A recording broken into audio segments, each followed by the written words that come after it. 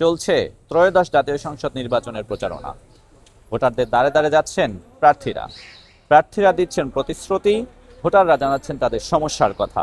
আমরা আজ শুনবো ঢাকা ৭ আসনের ভোটারদের কি ধরনের সমস্যা রয়েছে, প্রার্থীরাই বা কি ধরনের পরিকল্পনা করছেন সমস্যাগুলো সমাধানের জন্য। দর্শক, চলুন আমরা এখন কথা বলবো ভোটারদের সাথে, এরপর শুনবো প্রার্থীদের সমাধানের কথা। আমরা মূলত যে সমস্যাগুলো ফেস করছি তার মধ্যে প্রধান হচ্ছে গ্যাসের সমস্যা। আর এমনি যারা প্রতিদিন যাতায়াত করে এই গলিগুলো থেকে, ওইগুলোতে ড্রেনগুলো থেকে প্রচুর পরিমাণে পানি সারাদিন ভেসে থাকে এখানে। আর কোনোভাবেই হাঁটা চলার মতো পরিবেশ নাই। প্রায় সময় দেখা যায় রিক্সা ভাড়া করতে হয় শুধু পানি পার করার জন্য এক গলি থেকে আরেক গলি। আর রাস্তাগুলো খুবই অপরিকল্পিত, এটার কারণে মূলত এই সমস্যাগুলো হচ্ছে। আমাদের সবচেয়ে বড় সমস্যা হলো গ্যাসের। আমরা প্রায় 1-1.5-2 বছর হবে না, 1-2 বছর হবে আমরা গ্যাস পাই না। সারা দিন গ্যাস থাকে না, রাত্রেও পাবেন না।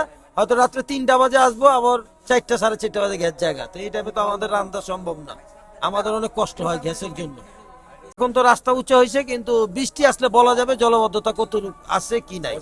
বর্ষাকালে বলা যাবে, হ্যাঁ বর্ষাকালে হয়, কিন্তু এবার রাস্তা অনেক উঁচু হয়েছে। আমাদের এলাকার মূল সমস্যা হচ্ছে যেমন মনে করেন গ্যাস। আমরা একদম গ্যাস পাচ্ছি না, আমরা সমস্ত কিছু ইলেকট্রিক চুলা রান্না করে খাইতে হইতেছে, কিনা খাইতে হইতেছে। গ্যাস হলো একদম মূল সমস্যা। এর পাশাপাশি হলো জলাবদ্ধতা।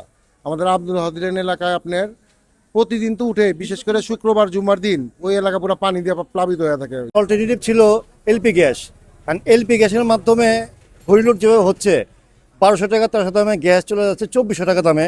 তো এটা আমাদের সাধারণ জনগণ এটা অ্যাকসেপ্ট করতে পারতেছে না।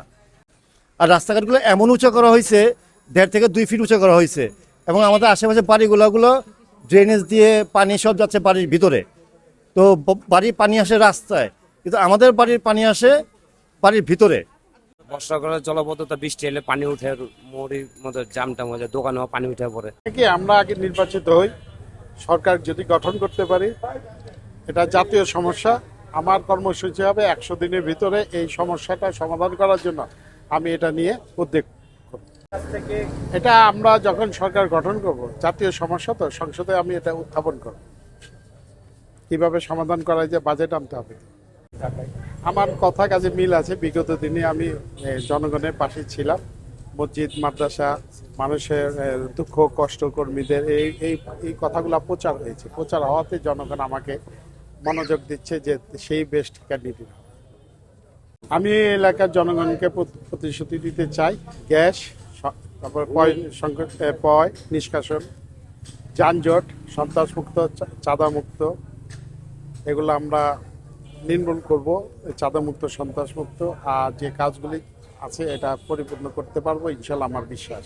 আল্লাহর আইন চাই, আল্লাহর আইনের সত্যকর শাসন যদি আসে, তাইলে ইনশাল্লাহ এটা 1 মাসের ভিতরে এইসব সমস্যা ইনশাল্লাহ সমাধান হবে। আলহামদুলিল্লাহ। যদি মনে করেন সরকার গঠন করার মতো অ্যাবিলিটি না আসে, শুধু 7 আসনে আমি আসি, তাইলে ইনশাল্লাহ আমি আন্দোলন কইরা আপনাদেরকে নিয়ে দরকার হইলে আপনার গ্যাসের যে তিতাস আছে এদেরকে ঘেরাও দিব, বাধ্য করাবো, সংসদে গিয়ে এইসব গেলে কথা বলবো, কথা টথা বইলা পারমানেন্ট একটা সলিউশন ইনশাল্লাহ যত সম্ভব তাড়াতাড়ি আমি ইনশাল্লাহ করার সমস্যা এবং সমস্যা সমাধানে আশ্বাস, এই বৃত্তের মধ্যেই ঘুরপাক খাচ্ছেন ঢাকা 7 আসনের বাসিন্দারা।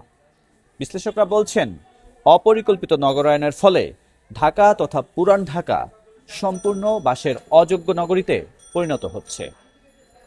কাঞ্জিমুল আবিদ, নাগরিক প্রতিদিন, ঢাকা।